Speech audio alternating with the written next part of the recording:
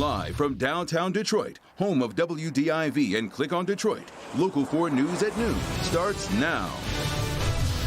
2 men charged in connection to the plot to kidnap Governor Whitmer appear in court, and a judge's decision nearly brought one to tears. And a breaking scene unfolding in Highland Park. A man has been shot in a neighborhood. We'll tell you what we're learning. But we begin this Friday afternoon with our weather. Temperatures nearing 70, but the warmth brings with it a chance for severe weather. Good afternoon, everybody. Let's get right out to Brandon Rue. He is tracking our severe chances this afternoon. And Brandon, bring us up to speed with what the latest is. Well, I just don't want anybody to be lulled into not paying attention to what will be happening in our skies later today. It is warming nicely, but a cold front is on its way, and it's already showing signs of strength with rain and thunder pouring down across western and central lower Michigan. Still a couple of hours away as that cold front gets closer. We have a warm and unstable air mass developing. So the Storm Prediction Center in Norman, Oklahoma has put us in a slight risk all of southeastern lower and southern Ontario from 2 p.m. until 6 p.m. today.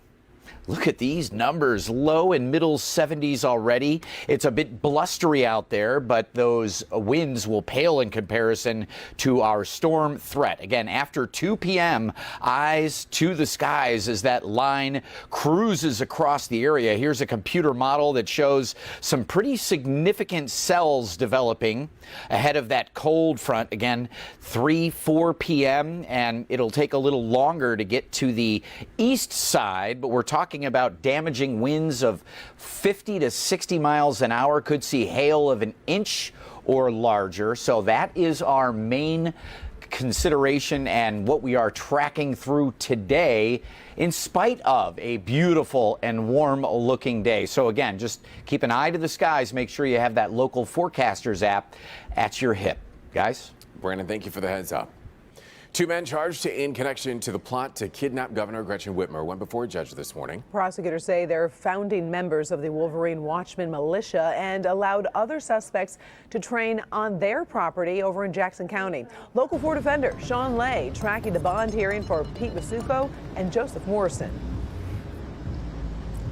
Karen, good afternoon to you and good afternoon to everyone. Every time there's been a hearing related to this Governor Whitmer alleged kidnapping plot, so much information comes out, jaw-dropping information. Let's get right to it about what happened in a Jackson County courtroom. Is still going on right now, but you had mentioned the 2 defendants facing the judge today, Joseph Morrison and Pete Musico, members of the self-called militia group Wolverine Watchmen in the 12th District Court in Jackson. This was a bond hearing. It's going on right now. Musico, he's the head of the group Wolverine Watchmen, or he was. He was up first. His lawyer, listen, he made a bold argument that you cannot charge Musico and the others with the state's anti-terror laws just by these guys talking about making these plans and training in the woods, but never actually acting on their plans. In fact, Musico's lawyer said Musico was kicked out of the group for being too soft. Now, the Attorney General's office wanted a $10 million bond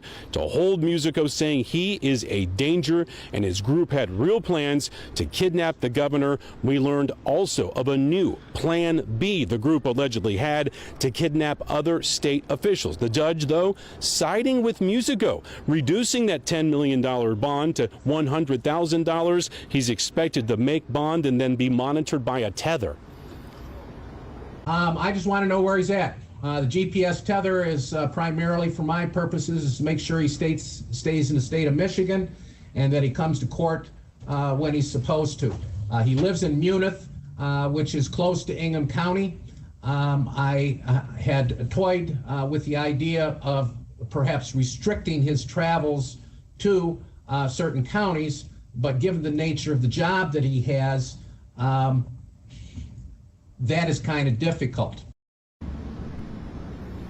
Back here live, follow this. The FBI and the Attorney General's office announcing these plans to allegedly kidnap the governor and put her on trial, storm the Capitol with violence. And now you've gotten to this point with one of the defendants facing a $10 million bond and a judge more than likely letting him out as early as today, even though the state says he is a terrorist and is a danger. Up next now, what's happening is Joseph Morrison's bond hearing. We'll see what happens there. And during these hearings, guys, we're getting a lot more insider information about the FBI's conversations with these guys, direct quotes from those conversations. A lot more information coming out. We'll continue to follow it for you. Have updates at 4, 5, and 6. Back to you. Very disturbing case. We'll join you back here at 4. Thank you, Sean. We are following breaking news at this hour from Lincoln Park, where there has been a shooting in a neighborhood there. This is all happening on Moran, right near Fort Street, and that's where we find our Victor Williams. He joins us now live this afternoon. And Victor, what are you hearing about what happened here on the scene? Well, we're told that this Police are still investigating the shooting that left one man injured in the hospital. The incident took place at a home on Moran in Lincoln Park around 8:30 this morning. Authorities spent a good amount of time combing the area for any evidence they could find, even retrieving a shell casing. Several neighbors witnessed what happened, including Christine Johnson, who was out for her morning jog when she saw all the commotion literally right before her eyes. 2 more people came out and they're like fist fighting. They came down to about like on the sidewalk and they were punching and fist fighting. I couldn't make out what they were saying, but they threw one of them on the road, and so I was right about at that corner, and I could tell it was getting bad, so I turned around and there was cars stopped here. So I'm assuming they called the cops right there, but I literally turned around at that corner and I heard the gunshot, so I just booked it. So I just ran. I hid behind that black truck right there and ran in my house. Again, that is breaking news. A man shot in that neighborhood. Victor Williams is on the scene gathering the very latest information. We'll update you at 4. In other news this afternoon, father sentenced after leaving police on a chase with his 4-month-old child inside that car. A judge sentenced 26-year-old Brandon Walker of Detroit to 1 year in jail, 3 years on probation. Walker pleaded guilty to child abuse after he took his daughter from his girlfriend and drove off before stopping to drop that baby off. Other charges, including kidnapping, were dropped as part of a sentencing agreement. Well, with 11 days until the November election, President Trump and Joe Biden are in the home stretch of the campaign. They squared off, as you know, last night in the final debate. And it was less contentious than the first one. It covered more ground, and it kept the fact checkers pretty busy. Here's Tracy Potts with a recap. The presidential candidates back at it today with 11 days to go after a more focused exchange last night. It was well moderated. They both had the opportunity to get their points across, and you learned more about them. The second and final presidential debate, calmer than the first. You know who I am. You know who he is. You know his character. You know my character. You know our reputations for honor and telling the truth. I am the least racist person in this room. This time there was substantive conversation on a number of issues, including coronavirus. We're learning to live with it. We have no choice. Learning to live with it. Come on. We're dying with it. And on the minds of American families, health care. Joe Biden is going to terminate all of those policies. These are people that love their health care. What I'm going to do is pass Obamacare with a public option. It'll become Biden care. This morning on Twitter, President Trump took Biden's debate challenge, posting video of Biden opposing fracking, extracting oil and gas. No new fracking. Biden clarified to reporters. We're not going to get rid of fossil fuels. We're going to get rid of the subsidies for fossil fuels, but we're not going to get rid of fossil fuels for a long time. The final debate before America decides who should lead. So today, President Trump is off to Florida. He's got a couple of rallies there. Joe Biden doing a speech on COVID-19 and the economy from his home state of Delaware. Tracy Potts, NBC News. All right, Tracy, thank you. Grant Herms is running the candidates' claims on the coronavirus through the Trust Index, including the president's claim about Michigan. His report is coming up in our next half hour, so stick around for that.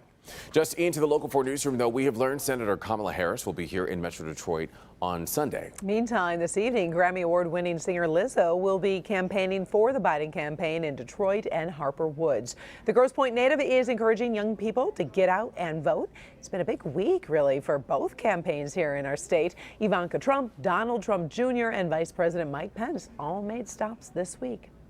With COVID cases in the U.S. reaching heights we haven't seen since July, doctors say we could finally see a treatment. Yes, so still to come, we'll tell you about the drug that the FDA just approved and why it can help cut down on recovery times. But first, was it a smash and grab or just a terrible accident? A car crashes into a jewelry store on Detroit's west side this morning.